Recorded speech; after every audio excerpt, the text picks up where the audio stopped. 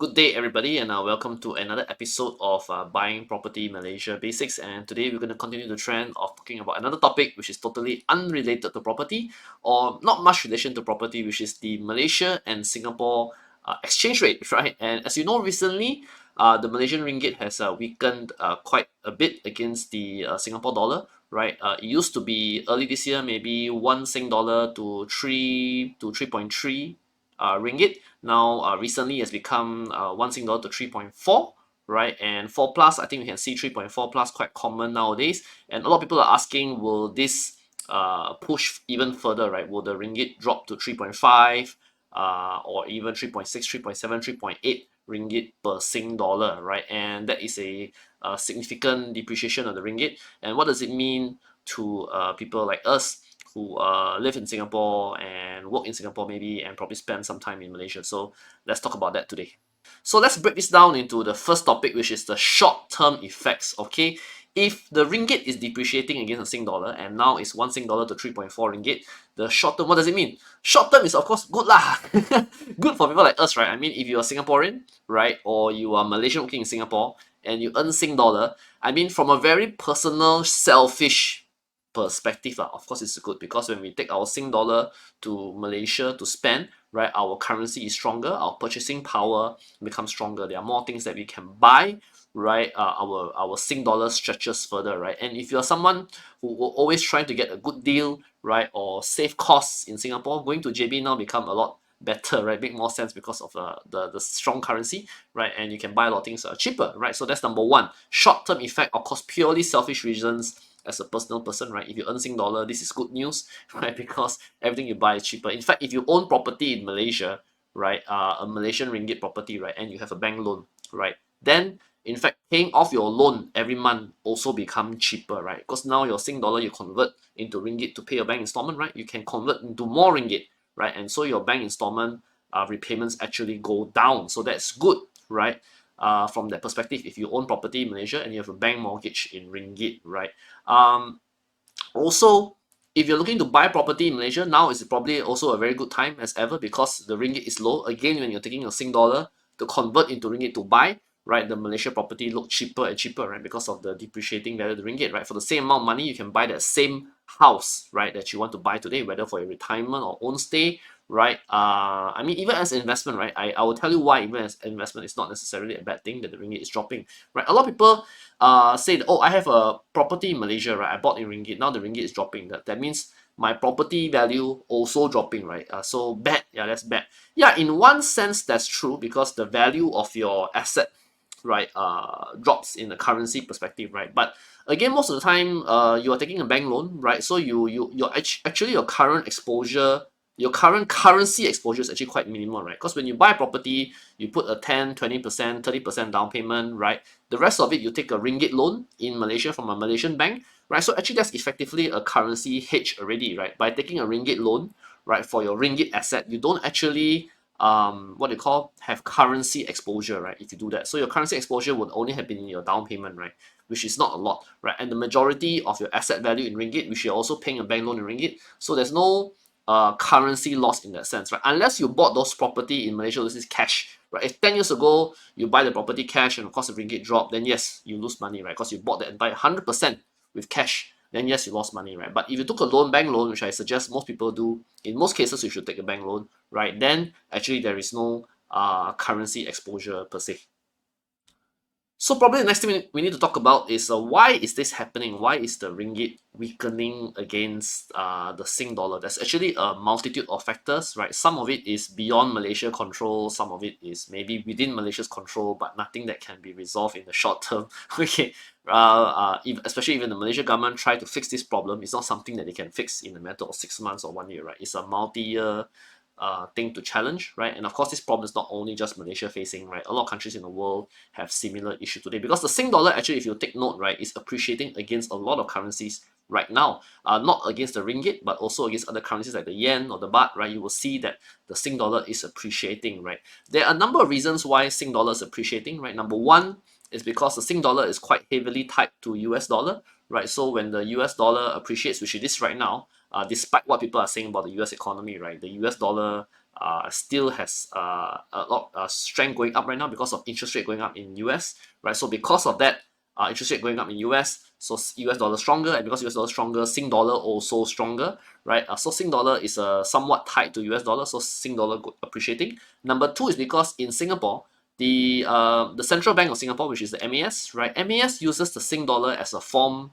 of way to combat inflation, right? So when they have a strong Sing dollar, right, things that you import into Singapore are cheaper, right? Because Singapore is a small economy and a lot of things in Singapore are imported, right? Whether food or services or things like that. So one way to reduce inflation cost is to have a strong currency. So in Singapore, inflation is managed through the currency. So today, I think a lot of people in Singapore, you are experiencing high inflation, right? So how does the government combat this? Right, they make the Sing dollar stronger as well. So the Sing dollar is stronger, right? You can then buy things cheaper, import things cheaper from other countries, right? And this is also one reason why Sing dollar is stronger versus the Malaysian ringgit. So you can ask, why isn't the Malaysian government doing the same? Now, Malaysia and many other countries in the world, yeah, they use interest rates to manage inflation, right? So whenever things are too expensive, they raise interest rates, right?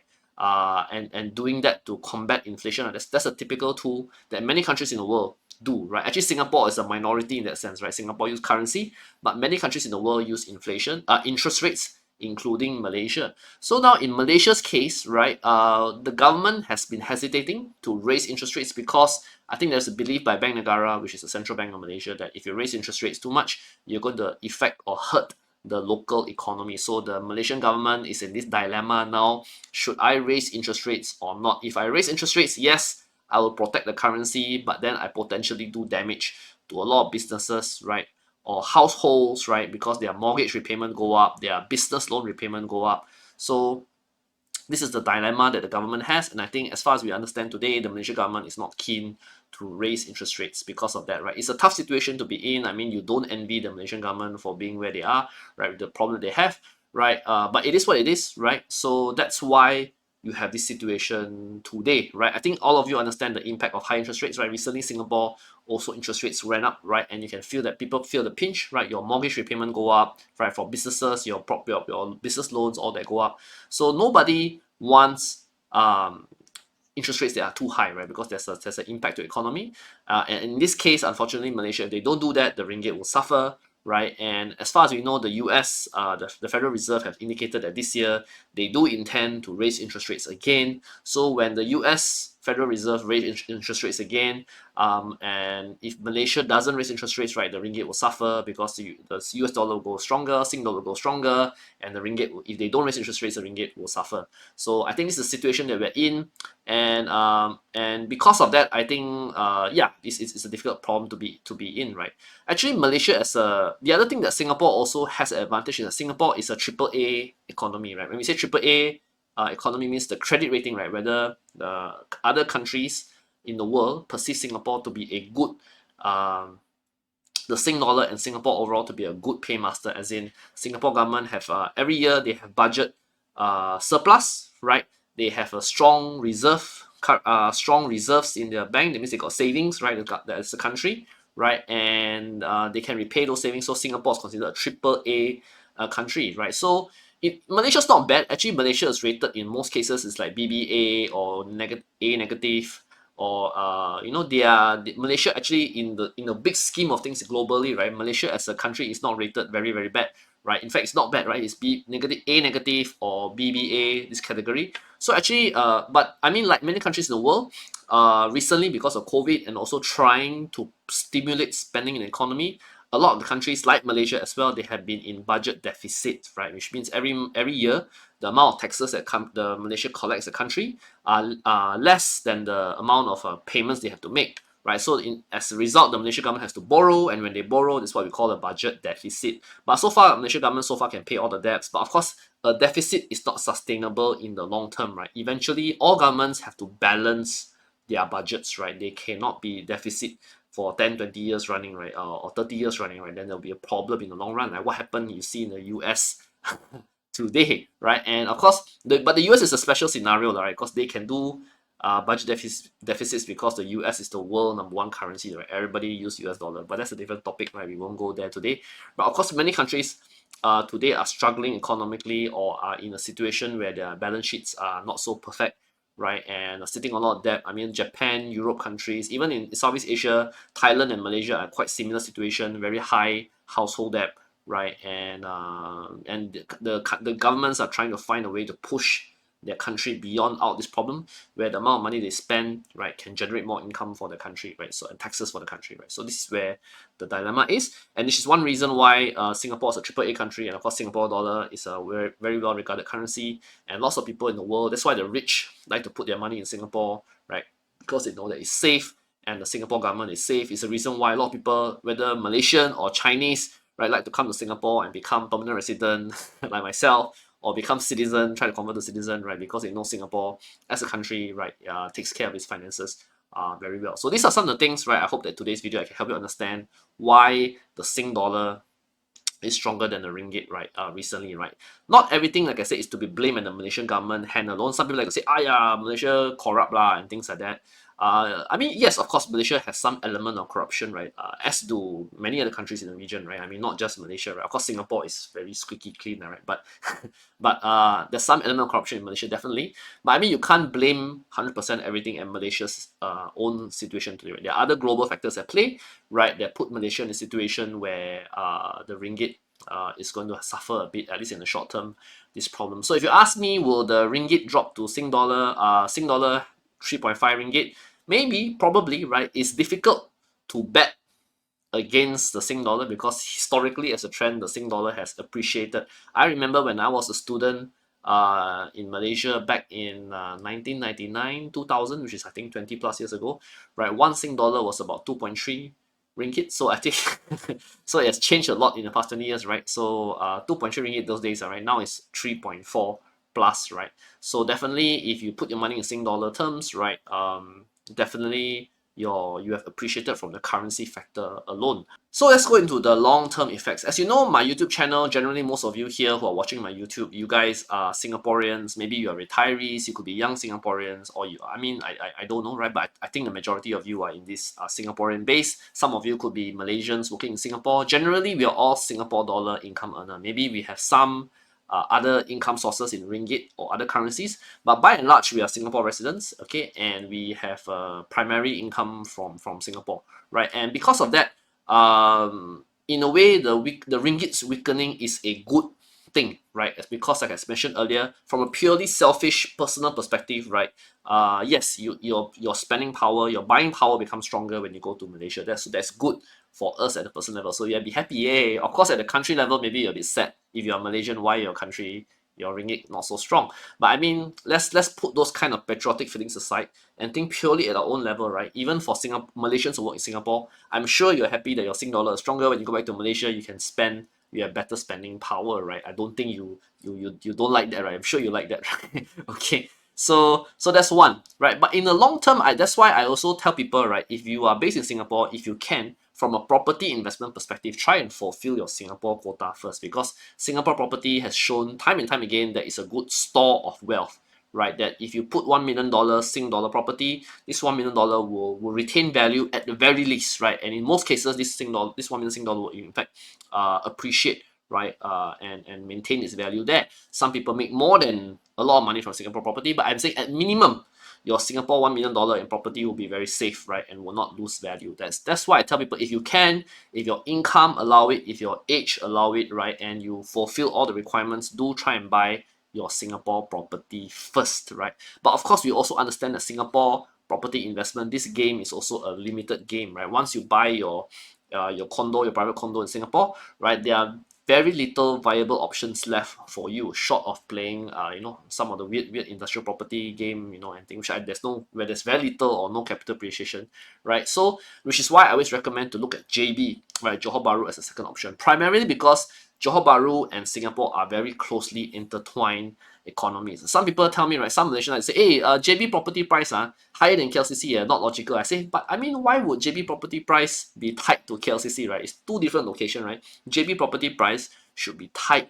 to Singapore property price, right? Because we are nearer to Singapore. Singapore is a much bigger economic center compared to KLCC, right? And So JB property price will follow KLCC, Johor, Singapore property price, especially when MRT is coming in 3 years' time. As you know, the MRT between Singapore to JB is happening in 3 years, to complete in end of 2026. I've talked about this in many of my other videos, right? And when that happens, the economic integration between Singapore and JB will be even higher, right? More people will travel between Singapore and JB. Economically, JB will become a lot more integrated to the Singapore economy, and we less dependent on the Malaysia economy and the KL economy overall, right? This also insulates or protects the JB economy from Malaysia problem at some point, at some level, right? We don't want to say 100% protect, because ultimately Johor is still a part of Malaysia. But because you're so near to Singapore, some of Singapore's economic spillover effects will help JB a lot. So I believe that that's why I believe JB property still has a long way to go, right? If you look at Shenzhen, right, today in Hong Kong, right, Shenzhen prices push up quite a fair bit simply because of spillover from Hong Kong, right? The same thing can happen as well when spillover effect from Singapore into JB. And the connectivity is important, right? The ability to travel between both countries, JB to Singapore is important, which is why the MRT happening in 3 years from now is a very big thing, right? Which is why I'm a big believer of JB property in the long run, because of this effect, right? And that helps protect JB, like I said earlier, from some of these problems that Malaysia overall has. Okay, so yeah. So to summarize this video, right? So I believe whether you're Singaporean or retiree or a Malaysian working in Singapore, this currency topic will be something that will be talked about in years to come. This is my opinion. I cannot predict how currencies will change, right? Of course, in the trend wise, ringgit has kept dropping versus Sing dollar. It's very difficult to bet against Sing dollar in that sense, right? It's betting against Sing dollar is like betting against Singapore, right? It's quite hard to bet against Singapore in this kind of topics, right? Singapore has obviously very strong advantages for this sort of thing, right? And yeah, but I mean, as a Singaporean, as a Malaysian working in Singapore, right, or as like I said, a Singaporean retiree, I mean, it's up to us, right, to take advantage of the scenario that comes to us, right? So we monitor the currency price and we take advantage of it, right? Like for me, right, I have some income in Malaysia, I have some income in Singapore, right, and I play my strengths accordingly, right? Whatever, I'm careful to see what money I keep in Sing dollar, what things I keep in ringgit, right? What assets to buy selectively, and of course, which assets you think in Malaysia that will benefit from the Singapore spillover effect, which I said is a lot of JB assets, especially those that are connected to the Singapore economy or connected to the Singapore MRT. I think these are things that will benefit us strongly. So this is my opinion today on the Sing dollar ringgit. I hope today's chat, today's YouTube, help you understand a little bit the relationship. Maybe some of the part in the middle was a bit technical for those of you who don't read up too much about economic news, right? But yeah, I hope that explains today and my opinion on it, in case you're asking. And you can chat more, right? If you like my YouTube, do like, share, and subscribe to my YouTube channel. We talk a lot about Singapore property, Malaysia property, trends that affect Johor Bahru, that impact the lives of people like us, Malaysians working in Singapore, or Singaporeans who go to JB quite a fair bit, right? We have a Facebook channel, Facebook group. We also have a TikTok. I'll link all of this in my description below. Thank you very much for watching today's video on the Singapore-Malaysia currency debate, right? And let's have the debate continue more in our YouTube channel comments below. Thank you very much. Bye bye.